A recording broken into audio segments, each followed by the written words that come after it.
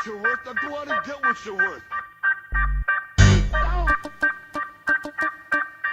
I'm gonna show you how great I am. Welcome to the Steel City. Is everybody ready to go? This will play the greatest radio show.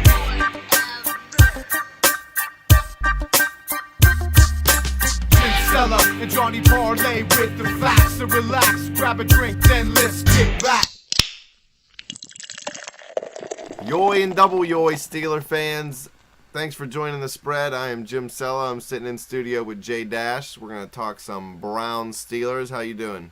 All right, man. The Steelers are 3-2, so things are looking all right. Looking all right. First time they've been above 500 at this point in the season in, 3 years? Yeah, 3 years. But they still are looking for their first winning streak. Yeah. The Steelers, they beat the Browns last time, 30-27. Was it 30-27? Yeah. 30-27. The Browns, they stormed back in the second half. The Steelers did nothing in the second half. So the Browns are going to be building on that momentum. Well, yeah, in the first half, the Steelers were up 27-3 and then got outscored by the Browns 24-3. And don't forget, last week, the Browns set an NFL record for biggest deficit to come back from last week. By a road team? Largest road comeback. 25 points. Well, the Steelers, they got some key injuries coming into this game. They got Ryan Shazier is out with a knee injury. Obviously, Ike Taylor is still out with the forearm. Shamarko Thomas has a hamstring bothering him. That's not good for the defense when you have three guys. Well, Shazier and Ike were starters, and I think Shamarko could be starting, but that's a big blow. Is Shamarko definitely out? That's what Mike Pursuta tweeted today. It is a big blow, and Cleveland is one of the top teams in rushing right now.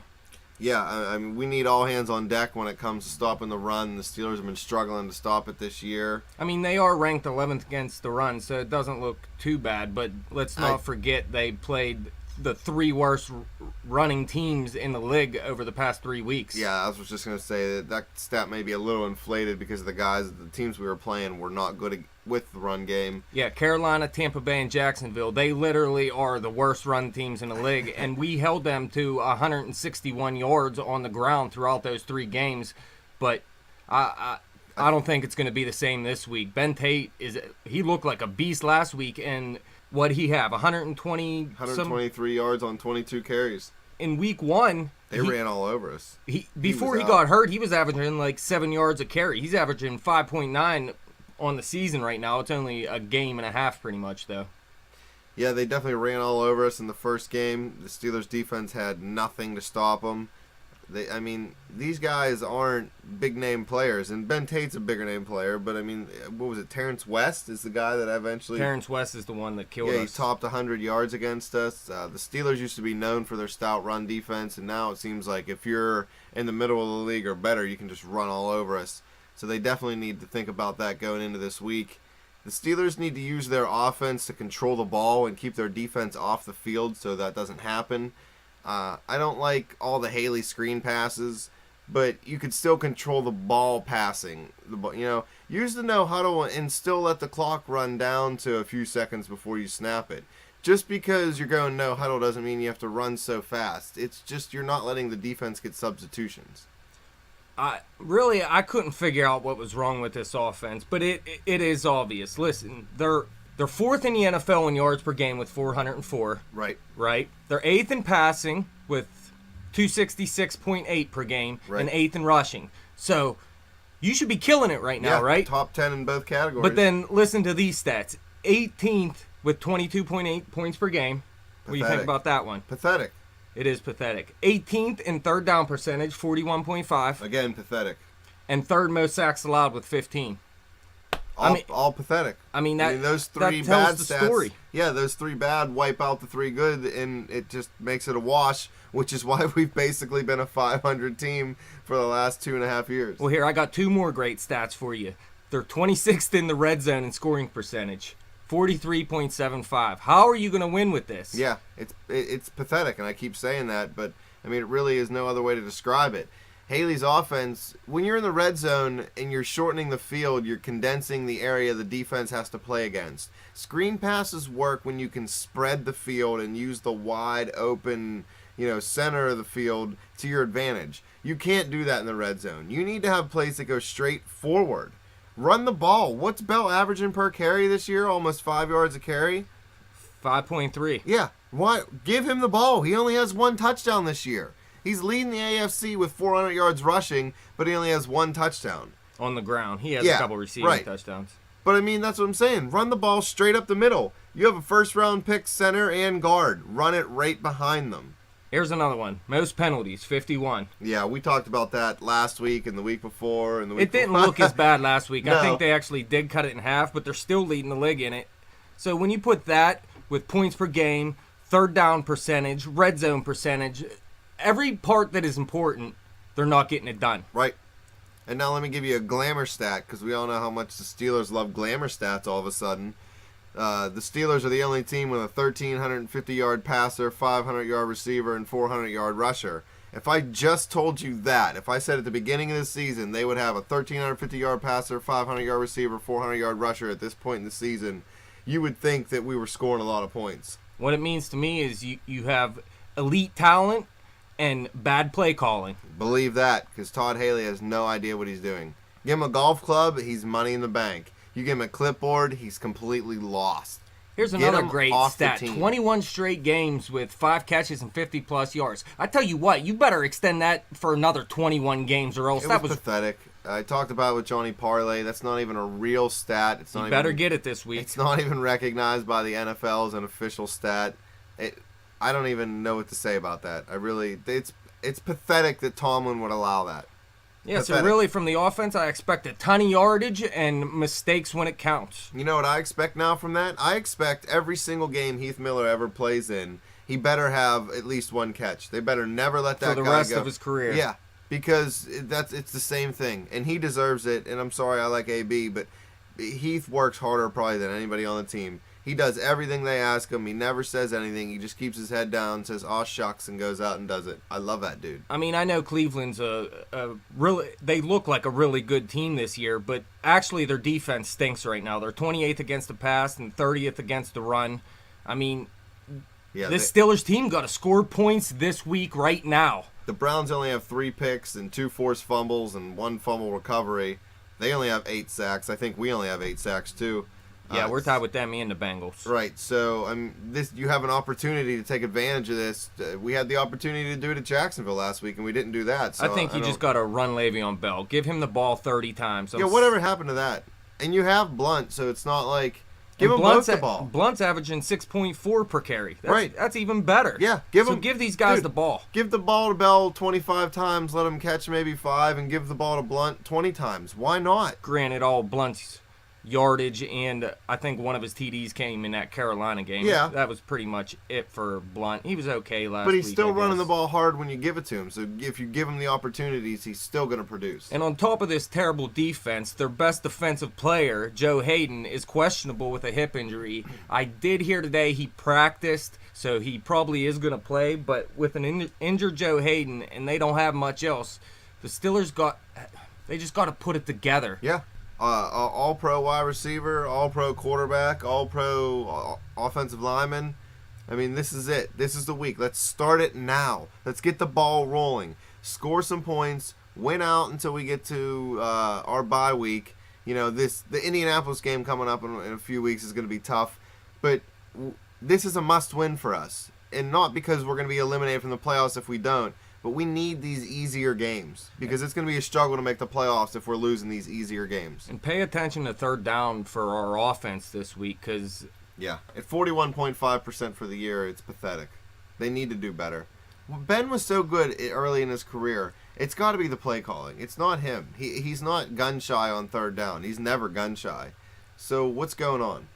Like I said, man, it's the play calling. It's hidden because they got all these yardage and all this talent, and it's right here. Third down percentage, they're 18th in the league. It's not going to get it done. No. And that falls right on Todd Haley to me. If it's Ben calling these plays that aren't getting it done, well, Todd Haley has to go up to him and tell him it's not getting it done, and I'm going to start calling the plays. Well, I think it's Haley calling the plays. That's what I think. I think Ben obviously needs to go think up that. and tell Todd Haley, hey, yo, tell him he's oozing some machismo out there on the field. And he Big needs Ben give can go Haley up the to boot. Tomlin. Tomlin will probably do something about it for him. Well, yeah, Tomlin loves his players. We know he lets them do whatever they want.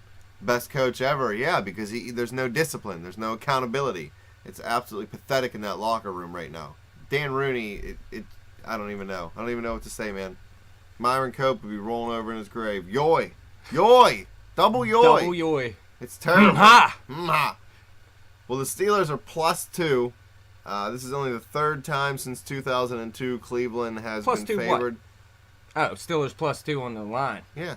Okay. I thought you were going to say like +2 turnover differential. or No. something. The Steelers are probably -55 turnover differential. Actually, I think I have it here somewhere. I think they're -1. Yep, 20th in the league turnover differential. See, I and mean- that actually isn't on the offense. They're not turning the ball over. No, too they're much. not. Ben has what, 2 interceptions on the Yeah. year? You can't beat that. But then there's Brian Hoyer. He only has 1 pick. He has 6 touchdowns. Yeah. He's looking good too.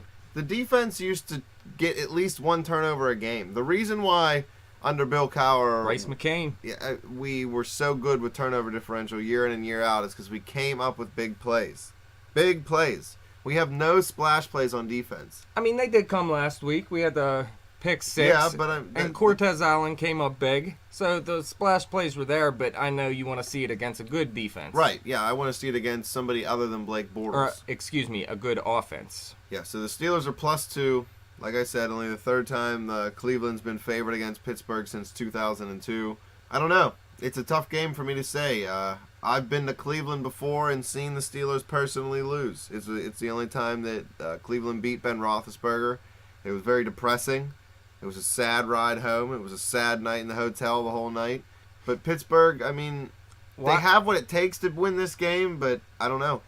Well, I said last week there was going to be a lot of points scored in that Jacksonville Steelers game, and I was completely wrong. And the stats say the same thing here. There should be a lot of points scored, but AFC North Division game, I don't know, man. 26th in red zone percentage, there'll probably be a lot of field goals by the Steelers, to tell you the truth. Well, you know what that tells you? Pick up Sean Sweesom in your fantasy league. There you go. He was because- supposed to be the top kicker last week, and it didn't work out so well, though. Well, did he miss one?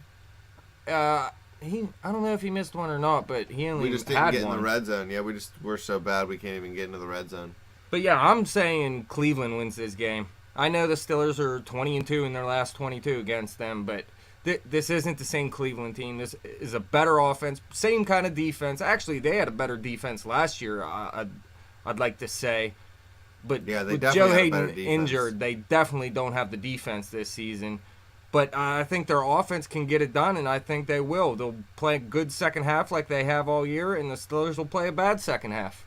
I'm going to have to disagree respectfully. I think the Steelers are going to eke out a victory here, maybe a late drive at the end. Ben will drive them down the field and get them into field goal range because we all know they can't get into the end zone. I think it's going to be a battle of field goals. They better be up 30-3 in the first half. Maybe a 15-12 game at the end. These Cleveland Steeler games, a lot of AFC North games, they just seem to be gutted out type of games. They don't usually get real high scoring. So I'm going to say Pittsburgh 15-12. That's my prediction. Steelers are going to be goals. 3-1 on the road after this week. Yeah, man, it's 3-1. That would They be need pretty it. surprising to me. And I mean, if they can go 6-2 at home, that gets them pretty close to the playoffs right there. And I mean, it can happen. Steelers can definitely win this game. And if they're 4-2, things are looking up. I know it's been bad teams, but when you're 4-2, you're 4-2. Yeah, 4-2 means you're 2 games above 500. You're Especially 2 games in this closer division. to the playoffs. I mean, who do the Bengals play this week? I heard you talking about them earlier. You know what? I don't even remember. It doesn't matter. Hey, the Doesn't Bengals. matter what you think. It doesn't matter. Hey, the Bengals lose this week. The Steelers win. There it is, right there, top of the division. Right? They're 3-1. The Bengals. What's Baltimore? 3-2. Same as Steelers, I believe. Yeah, because Cincinnati had the bye week. So I mean, there's no reason we can't get ahead in this division. I don't think Cincinnati's as good as what people think they are. We've seen what happens when they run into a good team in New England. I definitely think they're the best team in this division still, though. I mean, until somebody unseats them for the division lead, then I guess you're right. But you know, they won it last year, and they have control of it right now. So until Pittsburgh wins the division, I'd have to agree with you, I guess. Well, that wraps up our Steelers segment for everyone. I hope you all enjoyed it. I hope everybody enjoys watching the game. I actually hope that they win mostly because I can't handle a loss to Cleveland again. I hate hate losing to the Again, Browns. 20-2, man. 20-2 versus. Hey, man. I know you were at the loss. Yeah. But they're 20. I can't take another one. It'll That's haunt hilarious. me for my whole life, dude, forever. I'm gonna be 95 years old and telling people that I actually story. think I was at one of those losses too. To tell you Yeah, the truth. the Browns and the Steelers aren't even going to exist anymore. I'm going to be telling that story. We all literally almost froze to death in our seats. I thought Johnny Parlay was going to get killed by a rabid Cleveland fan. It was scary. A 6-year-old girl. Well, no, there was a 30-year-old man. Oh, okay. Cleveland kicked a field goal on the first drive, and Mr. Parlay just screamed, "Enjoy it while it lasts." And some guy stood up and just mean mugged him and pointed right at him. I thought it was about to jump off right there, dude. It was getting heated in Cleveland, even though it was freezing out. All right. Well, the most important thing, Antonio Brown, keep that That's streak it. going. Get him 10 catches for 800 yards. Does that pad the extra games? Can you carry him over into the next game if you don't get a lot? Is that how it works? No, I don't No? think so. All right. Well, then my plan's pretty much Start screwed. a 10-100. Just throw him the ball. Throw the ball to him every single time until he gets it, and then Just move throw on.